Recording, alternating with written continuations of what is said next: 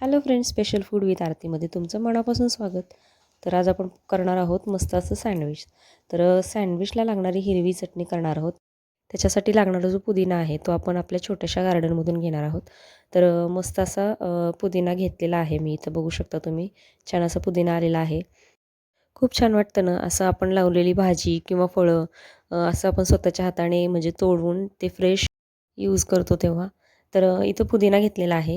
हा पुदिना घेऊन स्वच्छ धुवून घ्यायचा आणि हिरव्या चटणीची तयारी करण्यासाठी पुदिना स्वच्छ धुवून घेतल्यानंतर मिक्सरच्या भांड्यामध्ये हिरवी मिरची, कोथिंबीर, पुदिना आणि अर्धा चमचा साखर, चवीप्रमाणे मीठ आणि 2-3 पाकळ्या लसूण असं हे पूर्ण बारीक वाटून घ्यायचं. वाटताना सुरुवातीलाच पाणी टाकायचं नाही. त्यामुळं काय होतं, बारीक होत नाही. सुरुवातीला तसंच 1-2 पल्सवर फिरवून नंतर थोडंसं पाणी टाकून बारीक वाटून घ्यायचं. म्हणजे त्याने करून त्याची छान अशी पेस्ट तयार होते. आता इथं थोडंसं पाणी टाकून छान असं वाटून घेऊया याला. बघू शकता आपली हिरवी चटणी तयार आहे. आता सँडविचला लागणाऱ्या भाज्या कुठल्या-कुठल्या तर इथं मी टोमॅटो बारीक एकदम चकत्या करून घेतलेल्या आहेत आणि कांद्याचे पण उभे असे काप करून घेतलेले आहेत. कांदा हवा असेल तर तुम्ही अशा किसणीने पण किसू शकता. त्याने पण त्याचे पातळ असे स्लाइसेस तयार होतील. त्यानंतर काकडी आहे त्याची साल काढून स्वच्छ धुवून घ्यायची आणि अशा पद्धतीने एकदम बारीक असे स्लाईस करून घ्यायचे. बटाटा उकडून याचे पण असे स्लाईस करून घ्यायचे, जेणेकरून आपल्याला ब्रेडवरती स्प्रेड करायला सोपं जातं.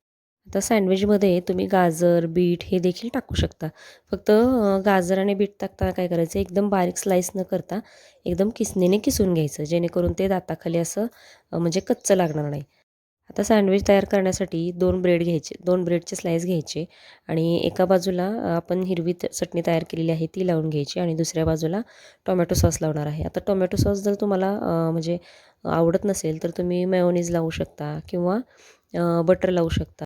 आता सॉस आणि चटणी लावून झालेली आहे. त्याच्यावर टोमॅटो आणि आपण ज्या भाज्यांच्या स्लाइसेस केलेल्या आहेत त्या लावून घेऊया याच्यावर आणि त्याचबरोबर आपण याच्यावर मीठ टाकलेलं नाही आहे. सो ज्यावेळेस आपण काकडी आणि सगळ्या भाज्या जेव्हा याच्यावर ब्रेडवर ठेवतो त्यावेळेस थोडंसं मीठ त्याच्यावर स्प्रेड करा, जेणेकरून ते आळणी लागणार नाही.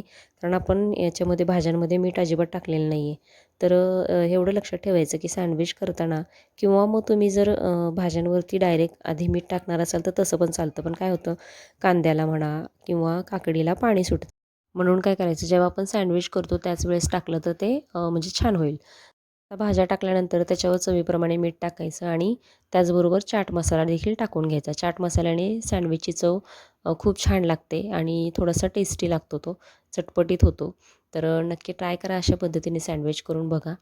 आणि त्याच्यानंतर अशा तुम्हाला जर कोणाला रोस्टेड आवडत नसेल तर असाच जरी खाल्ला तरी खूप छान होतो. पण बटर लावून याला छान असं ब्राऊन कलर येईपर्यंत भाजून मस्त गरम-गरम सर्व्ह करा.